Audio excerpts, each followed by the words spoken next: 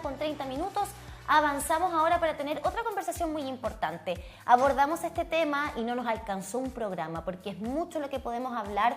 Son muchas las dudas que surgen en torno al pago de pensión de alimentos. Ese es el término con el que nosotros lo conocemos. Le vamos a preguntar, por supuesto, el término jurídico a nuestra abogada consciente, Patricia Leiva, que nos acompaña hoy. ¿Cómo estás? Bien, gracias. Gracias por la invitación. Sí, nos quedó ahí en el tintero un par de cositas la vez pasada. Sí, claro, con todo lo que hoy día ha significado esta nueva lista también de deudores. Sabemos que se están aplicando distintas sanciones hoy día, se están buscando ampliar también. Hoy día, por ejemplo, lo hablábamos, estar en esta lista incluso te puede restar proyectos o beneficios estatales o postular a ciertos beneficios. De ahí la importancia que tenía crear todo esto, pero para retomar a lo mejor la conversación, partir estableciendo cómo se pide una pensión de alimentos en el paso a paso, también para poder obviamente sumar ese detalle que tal vez puede ser para algunos considerado de perogrullo, pero para otros no está tan claro.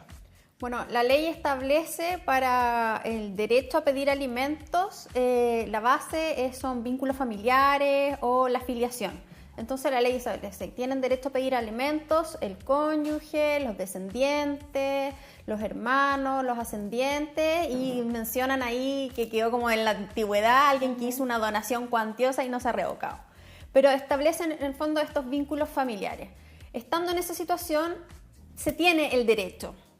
Pero la ley distingue entre el derecho, que es por el hecho de nacer, yo tengo que mis padres me den el derecho a alimentos, y otra cosa es pedirlo en juicio o con acuerdos y todo, pero que quede establecido por una resolución judicial la pensión de alimentos. Eso es lo que marca la exigencia de los alimentos. ¿Y cómo se inicia ese proceso? ¿Siempre tiene que ser a través de un juicio con abogados de por medio?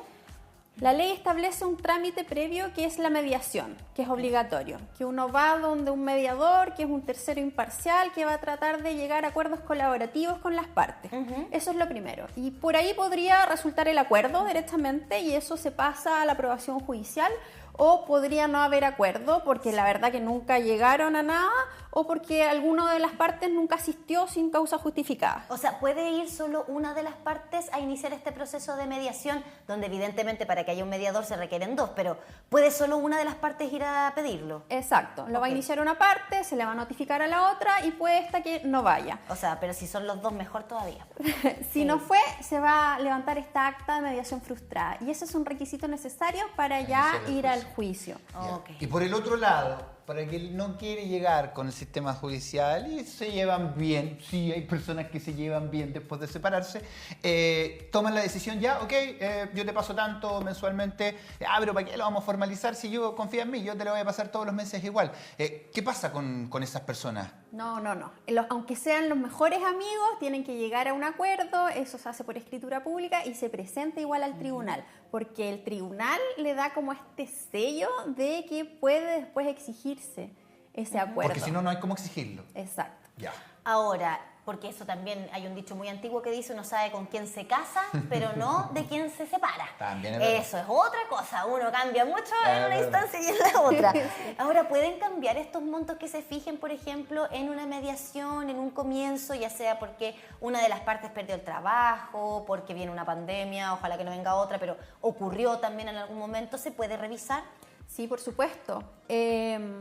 Cuando la ley habla de esta sentencia o esta resolución que fija los alimentos, señala que debe establecerse en forma precisa las condiciones que se tomaron en cuenta para fijarla. Entonces, cuando nos vamos a los requisitos, uno dice ya, ¿cuáles son las necesidades de quien va a recibir los alimentos, del alimentado? ¿Y cuáles son las capacidades económicas y circunstancias domésticas de quien tiene que dar los alimentos, del alimentante? Entonces, si cambian cualquiera de esas circunstancias por uno u otro lado, uno va a pedir la correspondiente o aumento de alimentos o rebaja de alimentos. Ya, y eso es importante porque yo te ponía dos situaciones en las que quizás una de las partes, la que tiene que pagar los alimentos, pierde su trabajo, se ve con algún desmedro económico. Pero ¿qué pasa si eso mejora? Lo ascienden, tiene otro trabajo, tiene mejores condiciones económicas, ¿también se puede regular? Es que ahí, claro, porque ese juicio no va a versar sobre si hay derecho o no de pagar alimentos, sino cuál va a ser el quantum. Okay. ¿Ya? Y eso es lo que se va a analizar. Porque, por ejemplo, en el primer juicio sabíamos que las necesidades eran A, pero las capacidades económicas eran disminuidas y se pudo eso nomás. Pero entonces las necesidades con el tiempo pudieron aumentar, de hecho, y los ingresos de la puerta también aumentaron. ¿Y por entonces, las edades también? Claro. es que, ¿Por la edad claro, también? entre más grandes, más gastos también. Sí, claro. Sí. Niños chicos, problemas chicos. Niños grandes, problemas grandes. Y los gastos son los mismos. Es verdad, Sí. es verdad. Oye, Patricio, preguntarte también porque al principio decías que tiene que haber una relación o una línea, digamos, que los una. ¿Cómo se comprueba esa línea? Estoy pensando en... Porque tú sabes que en derecho hay una sola cosa, pero las realidades son distintas. Los casos son distintos. ¿Qué pasa con aquella mamá que nunca quiso contar quién era el papá? No, yo me la puedo sola, no, tu papá no existe, no, tu papá no, y nunca hicieron nada. ¿Cómo se puede comprobar que la otra persona es el papá si nunca se ha reconocido? ¿Existen hijos no reconocidos hoy día con la nueva legislación? ¿Cómo se inicia este proceso si es que a lo mejor no se tienen los antecedentes de? Bueno, ahí van a tener que hablar porque si no se tienen los antecedentes es como difícil, pero sí existe la vía en que un hijo pueda decir, ¿sabes qué? Yo quiero determinar mi filiación y eso se hace a través de un juicio de reclamación de filiación. Y si ya tenía otra filiación, tendría que impugnar esa y reclamar la otra que corresponde. Pero eso se hace con un juicio. Con un juicio. Claro, porque también. el caso que plantea Luis, me imagino, da para mucho. Porque, claro, Sí, claro. si una mujer nunca quiso, porque primero decía, nunca quiso cobrar la pensión, que puede pasar. Sí, claro. Yo no lo voy a demandar, pero sé quién es, pero no lo voy a demandar, no que no me interesa, yo lo hago sola. Claro. Existe esa posibilidad. Ahora, si ese hijo de esa mujer, sabiendo quién es su padre, pero que nunca se le demandó por pensión de alimentos, el día de mañana quisiera decir, ¿sabes qué, mamá? A mí me parece que mi papá tiene que pagarme. ¿Cuándo, a qué edad puede iniciar él por sí solo este juicio o buscar su pensión de alimentos? Mira, cuando los niños y adolescentes cumplen 18 años de edad, ya pasan a la mayoría de edad. Y ahí son plenamente capaces para ellos ejercer sus propias acciones y él podría directamente demandar a ese padre. Ok. Ya eso lo puede hacer a partir de los 18 años, porque recordemos también que la ley establece que el máximo para pagar pensión es hasta los 28 años si es que esa persona está estudiando. Entonces hasta ahí tiene el derecho, o sea, de los 18 a los 28 hay 10 años en que podría estar pagando una pensión. Y si antes de los 18 años quisiera de todas maneras percibir esa pensión de alimentos, porque ve que la realidad lo amerita o porque porque cree que está en su derecho de que la otra persona también involucrada en haberme traído a este mundo cumpla con lo que corresponda, ¿puede iniciarlo antes?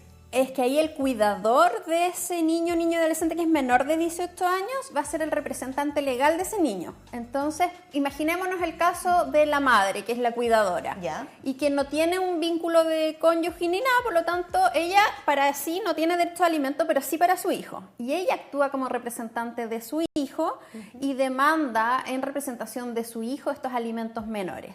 Podría suceder que el juez dijera, aquí hay situaciones contradictorias entre la representación de la madre y los intereses del hijo y va a nombrar un curador ad litem. Y el curador ad litem va a representar los intereses de ese niño. O sea, ese niño, ese adolescente de 16 años, en el fondo, podría entonces acercarse a la justicia y decir, ¿sabes qué? Mi mamá, que es mi representante legal, no quiere iniciar este proceso, pero yo sí, ayúdenme. Sí, curador ad litem. Ya, esa es la figura. ¿Es un familiar o es alguien fijado por la justicia? Es un abogado que está proporcionado por el Estado de Chile. Ah, bueno. Mira, Sí. puede entonces iniciar. Interesante, y eso también obviamente lo vamos viendo a través de tus redes sociales, esas cositas que de repente no se saben. Y ahí preguntarte a propósito del no se sabe, quiero seguir insistiendo en ese concepto hoy día. ¿Existen hijos no reconocidos en nuestro país? ¿Ha habido algún cambio en la legislación? Porque una cosa es que la mamá diga, no, que yo no sé o no quiero, y voy a inscribirlo solamente a mi nombre. ¿Se puede eso o hay una persecución igual a lo mejor de buscar a esa persona o le dicen, no, es que usted no puede inscribirle solo, igual tiene que poner el nombre del papá? ¿Cómo funciona ahí?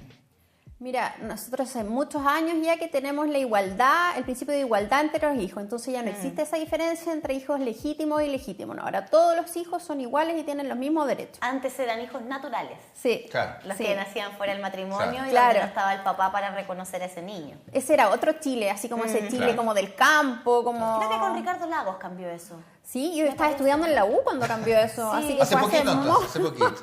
fue hace harto.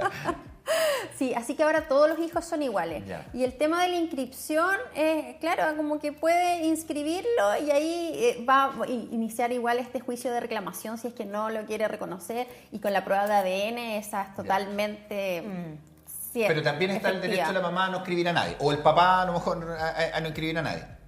Menos casos. Claro, casos pero podemos ver. sí, porque después eso va a ser también subsanado porque el hijo va a poder realizar esos trámites, existe el cambio de nombre, existe Además, el cambio de los apellidos, del orden, a partir de también la Eso se legislación. Pero aplica perdón, también. siempre Sí. hay una madre. Sí, Porque la más siempre hay importante. una- O sea, es que siempre hay una es madre que para poner porque ejemplo- ese niño viene con el certificado del hospital o del recinto Sí. donde nació, ¿cierto? Y tiene que estar inscrita la mujer que lo dio a luz. Ahora, con respecto del padre, entiendo todavía en Chile, tiene que ir el padre, el hombre, a hacer el trámite de inscripción todavía, ¿no? Para que quede como hijo y para que se haga ese vínculo de filiación. Cuando van y lo hacen y lo inscriben. sí. Exactamente. Sí. Sí, todavía. Pero es obligación. Todavía es así. No, yo en mi caso personal fuimos los dos. Claro, pero en el fondo lo que voy es que tiene que estar esa Sí. persona para hacer el Sí. vínculo de filiación con su Exacto, hijo. porque lo va a inscribir con su apellido. Exactamente. Ahora, y ahí te pregunto, en el caso donde hay una situación familiar en la que por uno de los hijos, el mayor, ¿cierto? Si estuvo ese vínculo, esa filiación, el hombre, el padre fue y lo inscribió como su hijo. Quizás por otros niños de esa misma pareja y esa misma relación no hizo ese trámite. Sabes que ahí la ley, yo no lo recuerdo muy bien específicamente, pero establece que todas esas familias van a tener los mismos apellidos. Ok. Es como, y también cuando se decide el orden, tampoco es como que vamos a ir cambiando de orden en cada caso. Y en el caso de que esos niños reciban pensión o la madre de esos niños reciba pensión por esos hijos, ¿cambia la figura del que fue reconocido versus el que no, si son hijos del mismo padre? Tiene que estar inscrito con los dos nombres, porque en el fondo Ok. ese es, de hecho, uno de los requisitos de la demanda es presentar el certificado de nacimiento donde consta la afiliación, porque eso te lleva a la ley que dice, Claro. es hijo, entonces Ahí tiene parte derecho. todo. Claro, entonces eso es fundamental, que esté en el certificado de nacimiento, Ya, que y consten teniendo ambos padres. esos ambos padres ya pueden también exigirle la pensión de alimentos Por a supuesto. ese hombre. Perfecto. Por eso no es tan como baladí de decir un hombre, voy a inscribir a mi hijo porque quiero que lleve mi apellido nada más. Eso involucra una serie de obligaciones Sí, claro. y deberes en la crianza de ese niño hasta que tenga 28 años. Ya. Y aquí entramos a la pensión de alimento en el momento en el que llega. ¿Es retroactiva? Por ejemplo, si a los 10 años, recién, pese a que estamos separados hace tiempo, obtengo la pensión de alimentos, ¿me tiene que responder hacia atrás? Sumando la pregunta del joven de 18 años que inicia el proceso, ¿tiene que cubrirle todo hacia atrás o siempre es hacia adelante? No es efecto retroactivo, porque si bien como dijimos el derecho de alimento es por estos vínculos de filiación, cuando se empieza a exigir efectivamente es cuando una resolución judicial decretó la pensión de alimentos y de ahí empiezan a contarse las pensiones de alimentos que estén devengadas, porque ahí nacieron a la vida del derecho y es posible su exigibilidad. Entonces, si no hay una sentencia, no hay opción de No hay obligación. retroactivo. Y aunque haya no. sentencia, para atrás no influye. No, porque no hay, Claro. no hay. De aquí para adelante es la cosa. Y de aquí para adelante también tiene que ser exigible y exigida por parte del acreedor de quien va a recibir esos alimentos esa pensión, porque si se quedara en la inactividad absoluta, también prescriben, porque hay un plazo de prescripción como del procedimiento ejecutivo, ¿No es son de 3 oficio? años. ¿No es de oficio eso? Es que ahí la legislación es como que algunos dicen que caduca y ahí entonces como que no es necesaria una declaración judicial, solamente el paso del tiempo, y hay otra doctrina que dice que no, que hay que legarlo, pero Sí. eso ya es un tema como jurídico. Más jurídico. Ahora, Patricia, te pongo en otro caso hipotético. Tengo 18 años, no sé quién es mi papá. Nunca supe. Mi mamá no me dijo o no me quiere decir y no me lo va a decir. Llevo 18 años exigiéndolo, pero quiero tener derecho a mi pensión porque quiero estudiar, porque tengo proyectos, necesitamos el apoyo. ¿Cómo esa persona de 18 años puede iniciar la búsqueda de ese padre? ¿Hay algún mecanismo judicial que lo pueda ayudar o hay que apelar a la conversación familiar nomás hasta que salga el nombre? Yo no tengo conocimiento de que exista así como un banco de datos de ADN a los CSI Claro. para averiguar eso, así que la verdad que es como un tema familiar. Hay que entonces jugársela por que surja el nombre de esta persona. Claro. Ahora tengo el nombre de esta persona, pero no sé dónde está. Me dijo mi mamá, ya por fin lo logré, me lo dijo mi mamá, sé quién es, pero lo busco y no lo encuentro. ahí sí le puedo pedir ayuda a la justicia que me ayude a buscar a ese personaje. Mira, por lo menos en tema de alimentos sí está regulado eso expresamente y dice que no importa que usted no sepa el domicilio, presente igual de la demanda porque el tribunal de oficio va a buscar a esta persona. ¿Van a las policías a investigar? Y policía, servicio electoral, todo donde nosotros dejamos rastro como ciudadanos de este país, entonces lo va a buscar por todos Ya. Y lados. en ese caso, ¿qué necesitamos? ¿El nombre y el RUT? El nombre, el RUT, claro, la máxima información que se antecedente pueda. que se pueda. Lo mínimo, el nombre y el RUT. Sí. Ya. Ya, ahora con respecto al tema de la edad, dices hasta los 28 años. que está estudiando. Estudiando. Si pasa de los 28 años y sigue estudiando por haber o ser motivo, ¿se corta la pensión? Porque hay casos y casos. Sí, mira, ahí también hay como distintas opiniones en la doctrina y en la jurisprudencia, pero yo me voy a ir por el lado como de los derechos del niño. Y si impera esto de la convención, aun cuando cumpla 28 años y esté estudiando, entonces está todavía con estas necesidades. Y por otra parte, el que debe pagar los alimentos no ha hecho nada como para decir, oye, ¿sabes que si cumple los requisitos ese alimento? Todo lo que se ha pagado de más, entendiendo que lo ha necesitado porque sigue estudiando, hay una parte de la doctrina que dice, no, esto está bien pagado y usted no va a poder pedir reembolso por lo demás pasado los 28 años. Volviendo al caso hipotético de este joven de 18 años que quiere iniciar un proceso de demanda por pensión de alimentos solito, sin su mamá o sin su papá. ¿Tiene que tener la misma documentación como si lo hiciera su madre o el cuidador a cargo de él? Sí, siempre tiene que pedir la mediación al principio. Con esa acta de mediación, si resultó bien, la aprueba el tribunal, o si resultó mal, que va a ser frustrada, eso más su certificado de nacimiento, y con eso ya se declara admisible la demanda y ya pasamos al procedimiento tal que consta de la audiencia preparatoria, las audiencias de juicio, donde ya tiene que debatirse. ¿Y siempre tiene que tener un abogado? Sí. Y si no tengo dinero para un abogado, ¿cómo lo hago? Corporación de Asistencia Judicial, beneficio de pobreza. Ok, ahí es donde se tiene que acercar entonces a pedir que se le asigne un abogado por parte del Estado, ¿verdad? Sí. Y poder iniciar este proceso. Igual hay unas clínicas jurídicas de la universidad, ¿esas también sirven? Sí, también, y cuando ya es como lo último también el abogado de turno, que también es nombrado para tramitar. Ahora, en la transversalidad, ya sea a la edad que se comience, una vez que está el dictamen de la justicia de que hay que pagar pensión de alimentos, monto tanto, si no pagan, ya entramos a la lista de morosos. Y ahí te pregunto, ¿eso es también de oficio que se activa o de todas maneras la mamá o el papá que esté persiguiendo o el abuelo que esté persiguiendo la pensión tiene que ir a avisar al juzgado? ¿Sabe qué? Aquí hay una persona que hace 3 meses no me paga. ¿Se hace así o la justicia lo activa de forma automática? ¿Cómo funciona la exigibilidad del pago? Mira, eso está solucionado en la ley y si funciona bien el sistema se hace automáticamente porque los tribunales tienen la obligación de mes a mes liquidar las deudas, con eso la notifican en la causa y si no pagan pasa automáticamente a la información del registro civil que lleva este registro de deudores. Y ahí, si cumple los requisitos, va a ingresar. ¿Y si no, igual que estar aguja mirando? Bueno, yo Perdón, siempre la creo palabra que... chilena, la Sí. palabra chilena. Sí, yo siempre creo que uno tiene que estar atento a sus propias causas y la página del Poder Judicial respecto a los alimentos es bastante amigable para que las propias personas vayan haciendo esos trámites y no necesiten al abogado Claro, para O que también para apretar al propio abogado, porque se han dado casos a veces, perdón que lo diga, pero un Hay conocido caso y caso. caso, ¿cierto? Que ha sido la propia representada en este caso la que se ha dado cuenta, oye, hubo un trámite que no se hizo. Aló, señor abogado de la Corporación de Asistencia Judicial, ¿qué pasó aquí? Uy, se me pasó. Claro. Uy, si yo estaba seguro que lo había mandado. No lo mandó y aquí en mi causa aparece. Y es importante que uno también se empodere de sus causas. Ahora, con respecto a, me quedo dando vueltas el tema de los abogados que pueden representar estas causas, porque uno escucha a veces que el abogado lleva una causa por la que quizás su cliente va a recibir un gran monto de dinero. Y le dice, ¿cómo nos vamos a arreglar nosotros con mi honorario? Una vez que ganemos, el 2% es mío. ¿Listo? Listo. En el caso de la pensión de alimentos, ¿podría darse un acuerdo así? Los 2 primeros meses de pensión que te llegan son mis honorarios. Es que eso ya es el acuerdo de voluntades del contrato de abogado que hay entre el abogado y el cliente. En Eso ese ya- caso, cuando es abogado particular. Sí. Si es de la corporación, No se ¿puede paga nada. pedir? No se paga nada. No se paga nada. Ya, y y eso nada, es importante nada. porque el que no Ni sabe. aunque a lo gane los mejor- juicios. No, Claro, nada. el que no sabe, el que desconoce, a lo Claro. mejor dice, chuta, claro, algo le tendré que pagar, pues ¿cómo No, si? nada. Si es de la corporación, Nada. nada. Si es el abogado de turno, tampoco. Ahora, Solo si es privado. Sí.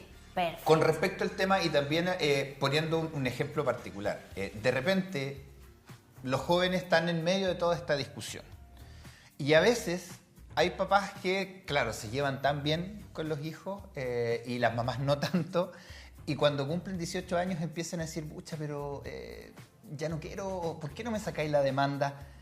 ¿Por qué no me sacáis? Y ha pasado, po. Sí. Y ha pasado y hay cumplir 18 años y las mamás se enteran, pero... Sí.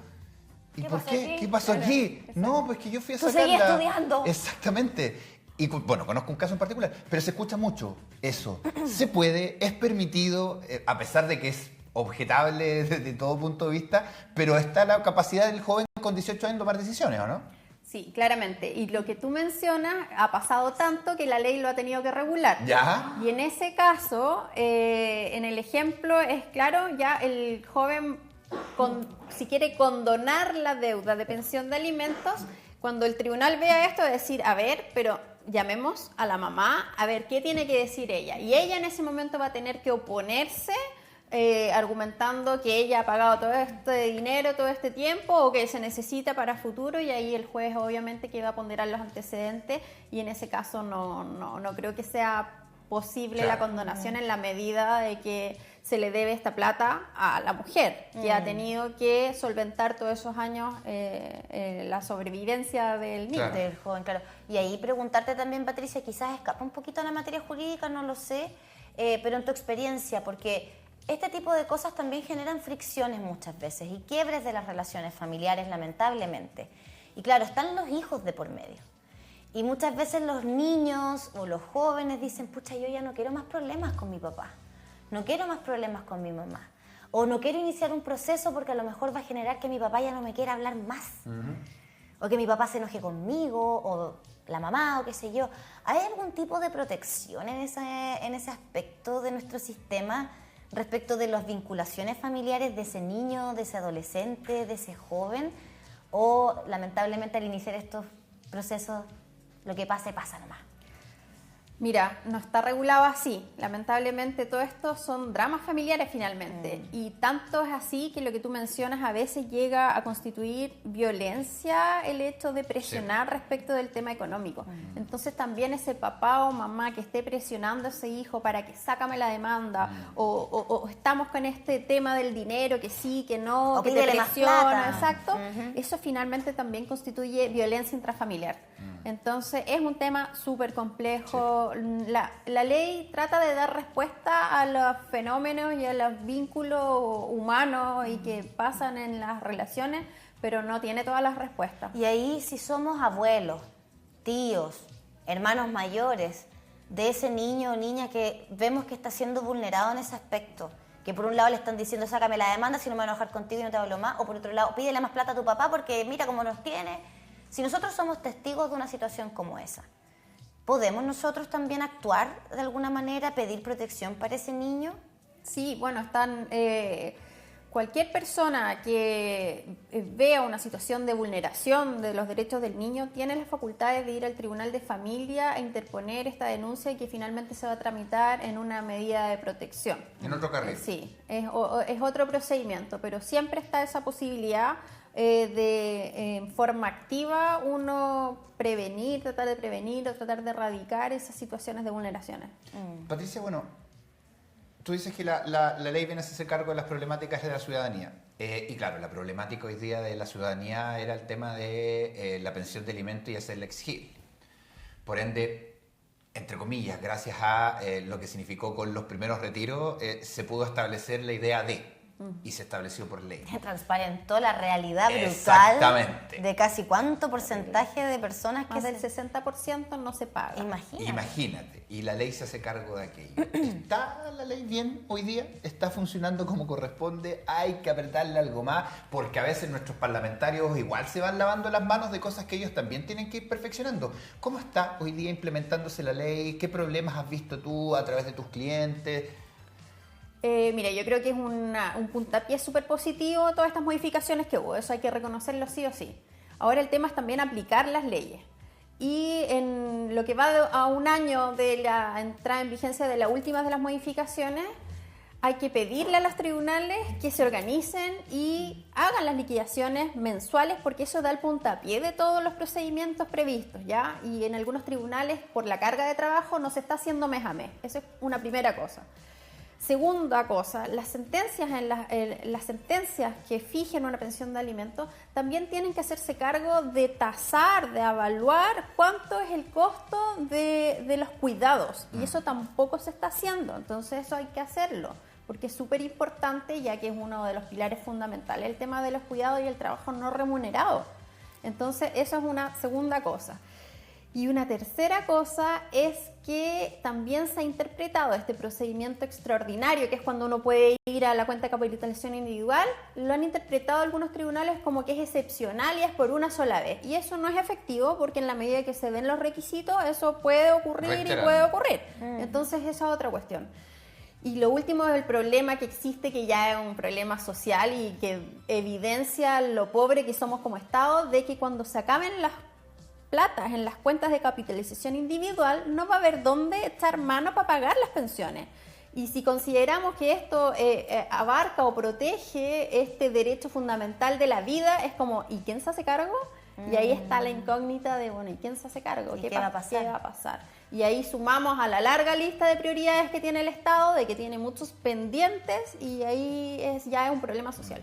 Vamos a ver qué es lo que ocurra entonces cuando llegue ese momento, porque como tú bien señalas, va a llegar y van a ser muchas familias las que se van a ver sin respuestas. Patricia, por lo pronto agradecemos tus respuestas ante nuestras preguntas, sabemos son varias, ¿cierto? Abogada consciente, búsquela. Exactamente, ahí están sus redes sociales, nos veremos en una próxima oportunidad. Gracias, nos vemos.